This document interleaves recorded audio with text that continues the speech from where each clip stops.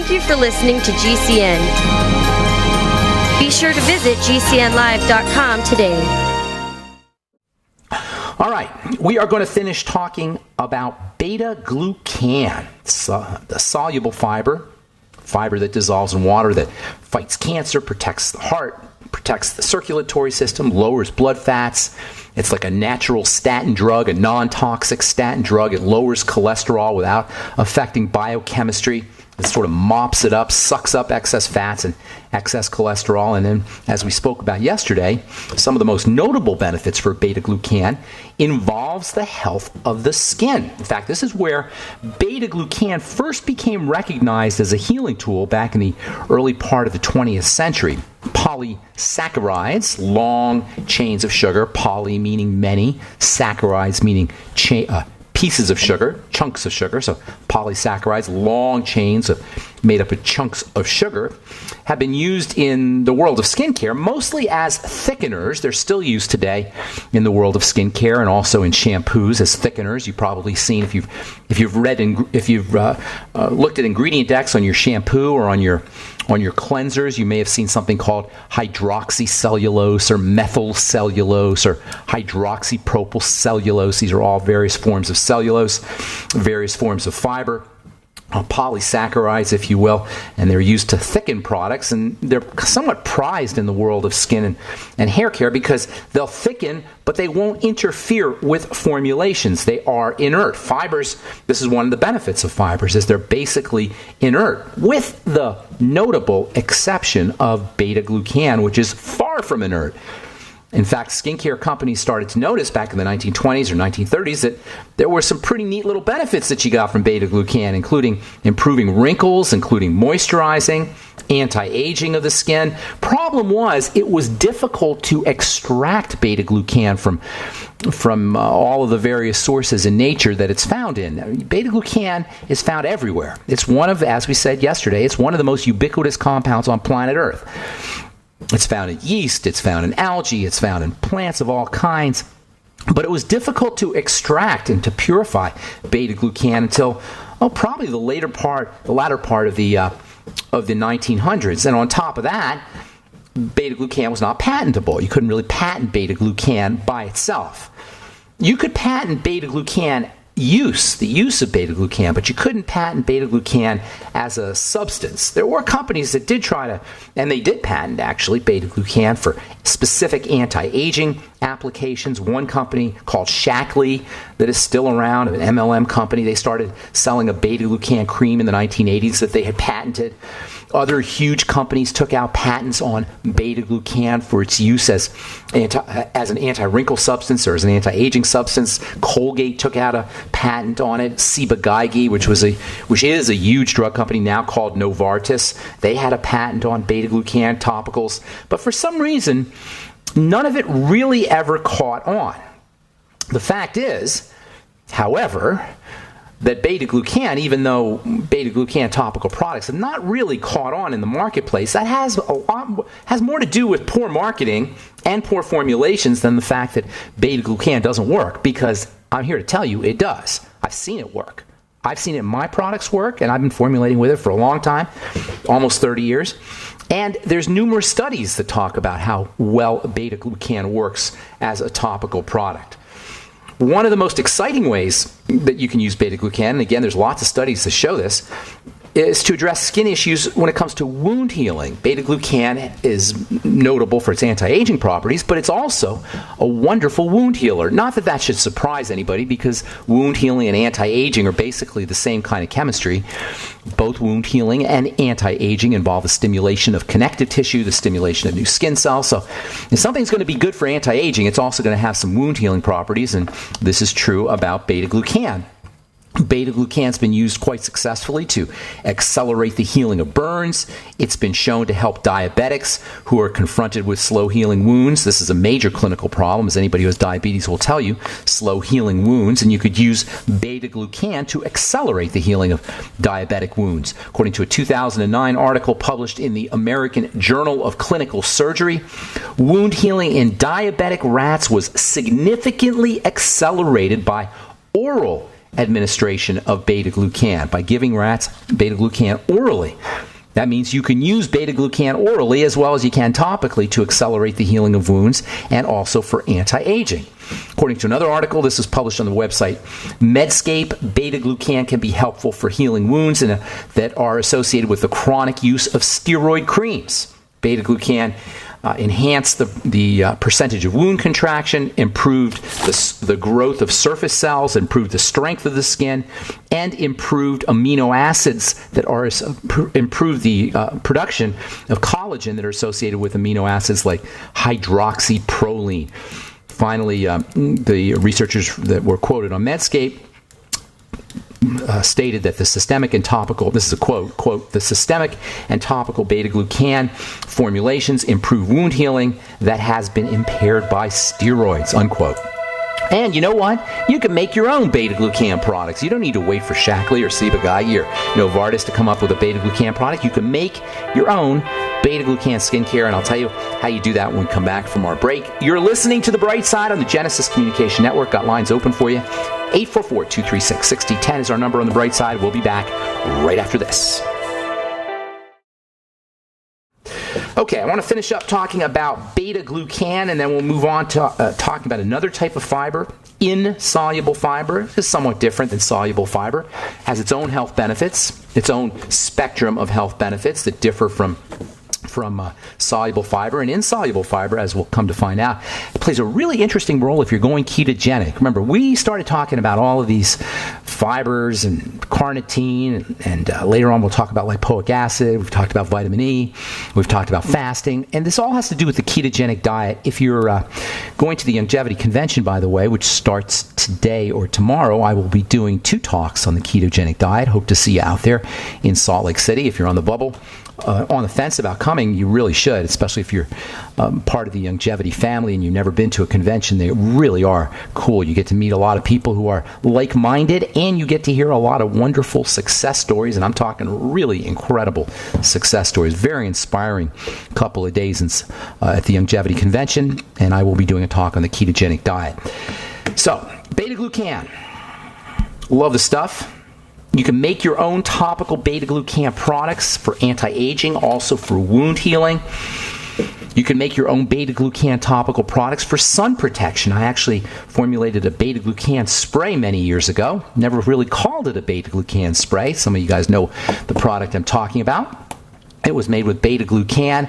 I put some hyaluronic acid in there, and I recommended that people use it when they're out in the sun. Beta-glucan being sun protected. And you can make your own beta-glucan spray. You can make your own beta-glucan products, topical products. Just get some beta-glucan capsules. And by the way, Longevity's got a couple of really neat beta-glucan containing products, beta-glucan containing capsules. They're part of what are called the Restart Your Life line, Restart Your Life product line, I should say. I forgot the names of them. They got these long names. RYL300, I believe, is one of them. I forgot what the other one is. They're beta-glucan containing oral products, and they recommend them for the immune system, and indeed they are wonderful for the immune system. But as you know, if you've been listening to this program for the last couple of days, that you'll get lots of other benefits when you use your beta-glucan. And you could also take your Restart Your Life beta-glucan products from Longevity. You could take the capsule, and you can break it open, and you could put it in your favorite cream or lotion. And you can get yourself a nice beta-glucan containing cream or lotion, beta-glucan anti-aging product. You can turn your moisturizer, most moisturizers aren't going to do anything for your skin, but you can turn it into an active product by sprinkling in some Restart Your Life beta-glucan right in the product, right in your cream. It goes water soluble, it goes right into your cream or lotion. As I say, you can also add it to water and make a beta-glucan spray that could be used as a sun protection product or as a topical moisturizing spritz. And unlike most skincare products, if you add beta-glucan to your product, it's going to work. It's going to do something. It's going to have activity. Add it to green tea. Make yourself a green tea solution or a green tea product, and add some beta-glucan in there. The green tea is sun protecting, and the beta-glucan is sun protecting. You can also add a little bit of lemon juice or orange juice or lemon peel or orange peel. The limonene and the essential oils from the peel will also protect your skin from the sun. If you make it cold, if you keep it in an ice chest or in a cooler, it'll be nice and refreshing. Not only will this be a nice way to cool down if you're out in the sun, but you'll also get anti-aging and sun protectant benefits too. So many wonderful things from this stuff, beta-glucan. I love multifunctionality. I love multifunctional ingredients. I love non-toxic ingredients. And I love cheap ingredients. And beta-glucan fits the bill for all of those criteria. It's multifunctional, it's non-toxic, and it's not as cheap as it should be, but it is still relatively inexpensive. So beta-glucan is a type of fiber that dissolves in water, so-called soluble fiber. A second class of fiber is called insoluble fiber, like the soluble stuff. It's not digestible. Neither fiber is digestible. In fact, that's one of the ways you define fiber, is it's not digestible, at least not digestible by humans. And that's a very important point, as we will talk about here in just a moment. Unlike soluble fiber, insoluble fiber does not have the same kind of effects, same kind of properties on lowering blood cholesterol. Soluble fiber will lower your blood fats and blood cholesterol. And in my humble opinion, anybody who's dealing with elevated blood fats, and that includes all diabetics or pre-diabetics, and that includes most people who have heart disease, should be using a form of soluble fiber on a regular basis, if not on a daily basis. If you don't want to spend the money on beta-glucan, you can get all kinds of fiber products at the health food store. Of course, you can eat lots of fiber-containing veggies and fruits, including beans and legumes and mushrooms. Insoluble fiber does not have those same kind of effects on mopping up blood fats and cholesterol. Insoluble fiber doesn't suck up fluids like soluble fiber does, but that doesn't mean that insoluble fiber doesn't have health benefits. It's got wonderful health benefits.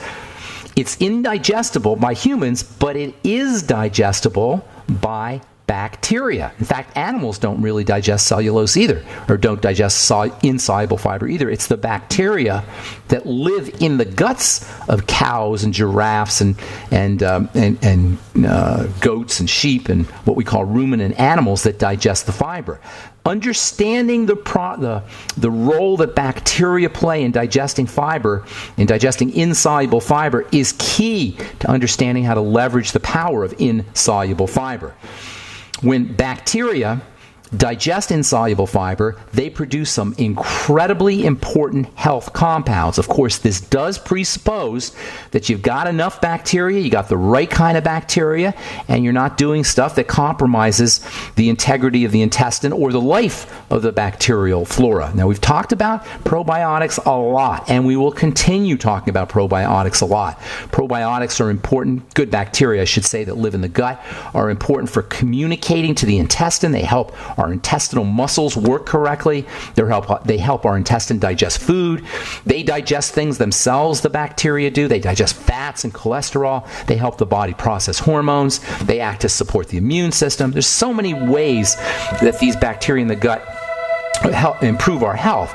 But one of the things they have an ability to do is digest fiber and then in response excrete or secrete wonderful health-inducing compounds. Specifically, if you're using the ketogenic diet. Yes, using insoluble fiber can help you if you're doing the ketogenic diet because of this bacterial digestion of the fiber. All right, I'm Pharmacist Ben. We'll continue when we come back from our break. You're listening to The Bright Side.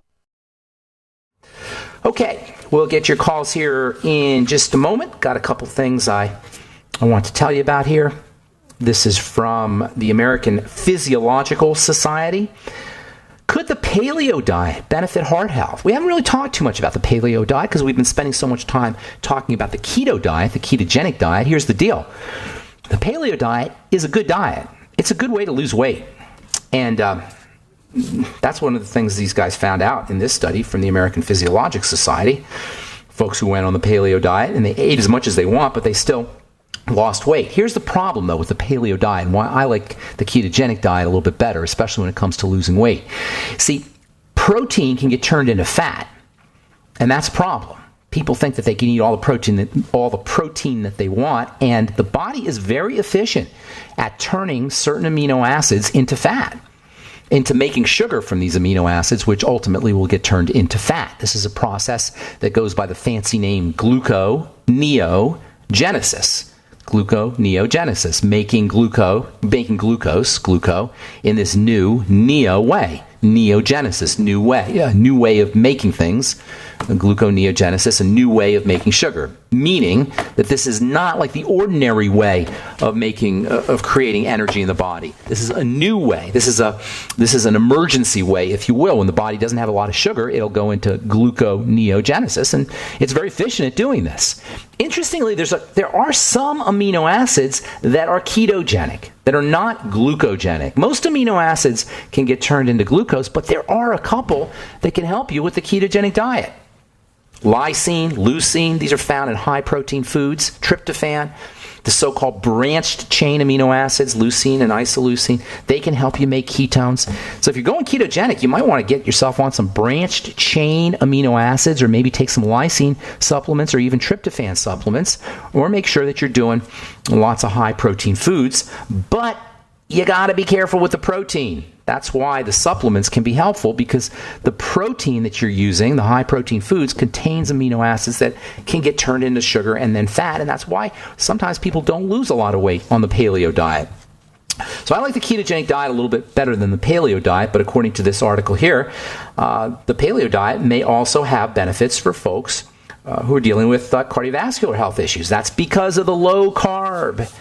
Always best to go low carb, whether you call it paleo or keto or whatever aspect of dietary strategy you want to use. The bottom line, the fundamental aspect of a good dietary strategy is low carbohydrate. Low carb. Now, I'm not saying no carb. I said low carb. And when you go with your carbs, you want to go vegetable carbs as much as possible. All right, speaking of weight gain, this is also from the American Physiological Society, research from Vanderbilt University. Researchers target gut bacteria to reduce weight. And that's another strategy for losing weight, is to make sure that you got enough bacteria, got enough gut bacteria, that your probiotics, that your bacterial flora are functioning fully, and you got enough of them in your gut. This is why antibiotics can be such a problem. And speaking of antibiotics, yet another study on antibiotics has come out. This one's for children who are on antibiotics. Children who are using antibiotics are more prone towards allergies as they get older. No surprise there, because the gut, the intestine, the home of the microbiome, plays a major role in the immune system. This is probably gut bacteria's most important role.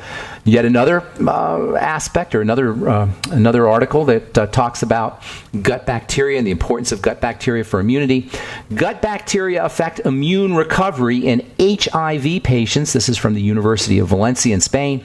An international study coordinated by Spanish research institutes has found that gut bacteria play a role in the immune recovery of HIV. What else do you need to hear, folks, about gut bacteria to know that it's smart to get yourself on a good probiotic supplement like the Nightly Essence from Longevity, to make sure you're eating sauerkraut and kefir and yogurt and miso and tempeh and fermented foods. Make sure you're keeping your intestine pristine, or at least home, at least a non-toxic home for good bacteria, by using vegetable fiber. We'll talk about the importance of fiber for gut bacteria and ketogenesis coming up on a future Brightside show.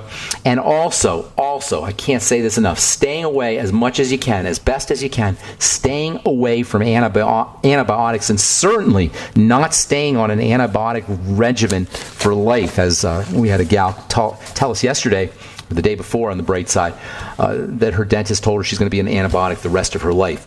Bad medicine. B-A-D, capital B. Bad medicine to be on an antibiotic for the rest of your life. All right, 844-236-6010 is our number. Good morning, Rory. Oh, I just dropped Rory. Rory, call back. I apologize. That was me. Call back. We'll get you right up. Sheryl in Georgia, what's going on? Welcome to the Bright Side. Hi, how are you? I've got a question regarding soy that is put in the vitamins. You hear everything about soy being so bad. Is it okay? Well, here's the deal with soy. the soy is a plant, and plants contain different components. Not all of the components are going to be problematic. The parts you got to worry about when it comes to soy are, number one, the GMO. I guess GMO is a problem. So if it's not, I'm assuming non-GMO, okay? Because GMO is definitely going to be a problem. So let's say non-GMO soy. It's not necessarily the whole soy plant that's the problem. It's the estrogens in the soy, which are located in the fatty parts. Soy oil, for example, is a problem. Vitamin E is derived from soy, and once the vitamin E is derived from soy, I'm not necessarily sure that you're going to have a problem with vitamin E derived soy. You're talking about soy allergies and soy intolerances, that kind of thing? Well, I'm talking about the estrogen aspect on maybe increasing the estrogen, cancer. Phytoestrogens. There's a couple things. There's a couple things about the phytoestrogens in soy. Those tend to be concentrated in the fatty part of the soy. Okay, so if you're eating the whole bean, you'll probably get it. But if you're just getting soy protein, you might not get a significant. You shouldn't anyway get a significant amount of the phytoestrogens. You might get some. I'm not going to say you get zero, but the real problem is going to be in the soy oil, the fatty part of the soy. That having been said, soy's got a lot of other problems associated with it that are not linked to the estrogen. So when you say soy and vitamins, it depends on what you're getting. Are you talking about soy protein? Are you talking about some soy excipient? What part of the soy plant are you talking about when it comes to reading the ingredient deck? Hang tight. I want to finish this up. This is an important subject, Sheryl, and we got to take a break. So don't go away. Stay on hold, and we'll finish up when we come back. I'm Pharmacist Ben. You're listening to The Bright Side. We'll be back right after this. Don't go away. We're talking a little bit about soy and soy protein, and there's all kinds of debate about soy. This is the way I look at it, Sheryl. Are you there, ma'am? Yes, I'm here. Okay, so you got different parts of the soy plant. You got the soy protein, you've got the soy fat, you've got the soy sugars, and then you have the fiber from soy. The fiber from soybeans, that's the insoluble and soluble fiber, and they've got tremendous benefits, as we've been talking about with fiber now for a couple of days. And we'll talk about insoluble fiber. That's great stuff. You don't have to worry about the fiber, soy fiber. The real problem comes from the sugars, which can be difficult for the body to process and can cause bloating and gas. The fats, which is where the plant estrogens are, so things like soy oil, soy milk, soy ice cream, anything that's got the fatty component of soy, that might have some phytoestrogens in there, and that's where you want to be a little bit careful. But there are some naturopaths will tell you that the phytoestrogens in soy, the flavonoids is what they're technically called in soy, that act like estrogen, they have health benefits for some people, especially if you're going through menopause. So you're going to have to decide that for yourself. Personally, I stay away from soy oil and fatty soy milk and anything that's fatty that is derived from soy. The soybean itself, by the way, raw soybeans are definitely a problem, and nobody eats raw soybeans. But if you were, that would definitely be a problem. There's all kinds of anti-nutrients in those, and that's why for when indigenous cultures and when the Asian people throughout history ate a lot of soy, they fermented it or they processed it some way so that they would release those or break down those anti-nutrients. And then there's the soy protein. There are certainly advantages to using soy protein, especially if you're a vegetarian. There are some good amino acids in soy protein. You may or may not get some of those anti-nutrients depending on how purified your soy protein is. Certainly they don't add any of the anti-nutrients, but depending on how purified the soy protein is, you may or may not get some of the anti-nutrients or even the phytoestrogens in there, because a lot of times protein does have residual amounts of fat, and that theoretically could contain some phytoestrogens. But I know a lot of bodybuilders who do quite well using soy protein, and a lot of vegetarian bodybuilders who just use soy protein. So I don't know if I'd worry about it that much. I hope I answered your question, because I still don't know what kind of soy was in your vitamins. Well, it says it's a vitamin, and it's a very good vitamin. And what does it say about soy? What kind of soy? It says may contain soy. Oh yeah, that's just at the factory. If it says may contain soy, or sometimes they'll say may contain gluten. If it says may contain, that means in the manufacturing process there may be some contaminants, and they want to warn you about it if you happen to be allergic. But if it's not on the ingredient deck, they didn't add the soy in there. Okay. Well, I was just wondering because it's a very, very good I wouldn't worry about product. it. I wouldn't worry about it a bit. I would just see how. Okay. I would just see how you did with it. That sounds like a CYA type deal where if somebody were to somehow get a reaction, they could say, oh, well, we warned you it may contain soy. But I don't think that's not going to be I would highly doubt that would be a problem. Okay. I have a friend, real quick. She says she forgets to breathe and can't remember how. I thought that was an autonomic response. She forgets to breathe. She doesn't forget to breathe. Nobody forgets to breathe because she has no control. What I told her. You don't have control over the breathing process. You're dead if you forget to breathe. However, what she may be noticing is that when she gets a surge of cortisol, and she may have steady high levels of cortisol, breathing becomes shallow because cortisol will cause shallow breathing. The stress response will cause shallow breathing, and also we tend to stop breathing when we're under serious duress. At least for a split second. Like think about if you think about something lousy for a second, Sheryl, like something bad or something unpleasant or something you're worried about, you don't like. You'll notice you're holding your breath. You notice it? Yeah, I do that. Yeah, right? We all do it. Everybody does it. We hold our breath. We hold our breath. She can't remember. Yeah. Well, yeah, she probably doesn't remember to breathe. No, this is weird. Weird conversation. Yeah, she's feeling the fact that she's stopping her breath when something crappy crosses her mind. You know, for a lot of us, if not most of us, when something lousy crosses our mind, we know it. But if something lousy is constantly crossing our minds, we tend to not know it. We don't notice it. So she may just be noticing the part where she's not breathing, but not noticing the crappy thought that precedes it. Power of positive thinking, man. I'm telling you. Yeah, she said it runs in her family and it's genetic. I thought, oh my God. Okay. You know, I know what you're talking about. Sometimes you hear the craziest things, and they're your friends, and you don't want to say, you know what, you're crazy, because they're your friends. So you just kind of like, you know, I know exactly what you're talking about. What else is going on? How else can we help you? Oh no, that's fine. Let's see. Have you heard about a lady from Scotland named Philly Anderson? No. Tell me about her. Oh, look her up. Write her name. Thilly Anderson. Okay. What's her deal? And she's on YouTube. Well, she was diagnosed with breast cancer and she cured herself. I love it. Sheryl Anderson? No, Philly. Sthilly. Stilly Anderson. STH? No, Philly, like the PH. Okay, gotcha. All right. Yeah. ILLY. So she cured herself of breast cancer, like stage 4, stage 3.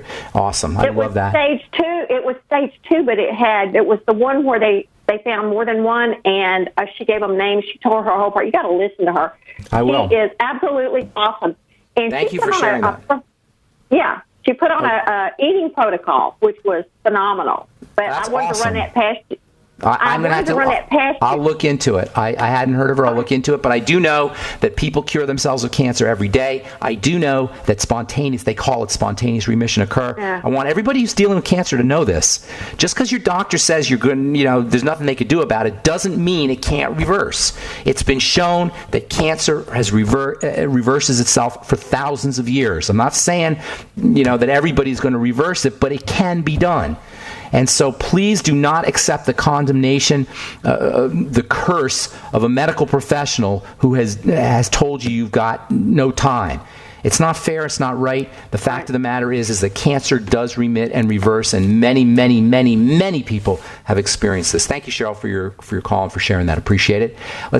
Poor Rory's been holding on forever here. What's going on, man? How you doing, Rory? I'm well, thanks, Ben. Hey, I've got a friend I know professionally, probably in his mid-60s, was on Crestor, which is a statin. Right. And I don't know his whole story, but anyway, he was recently diagnosed with Parkinson's. Okay. He said he stopped the Crestor, but he's taken some kind of Parkinson med. So if you could just... now he's taking Parkinson.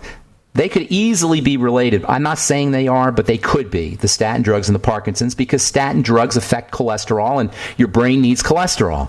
I know I said it a million times. I want to say it again.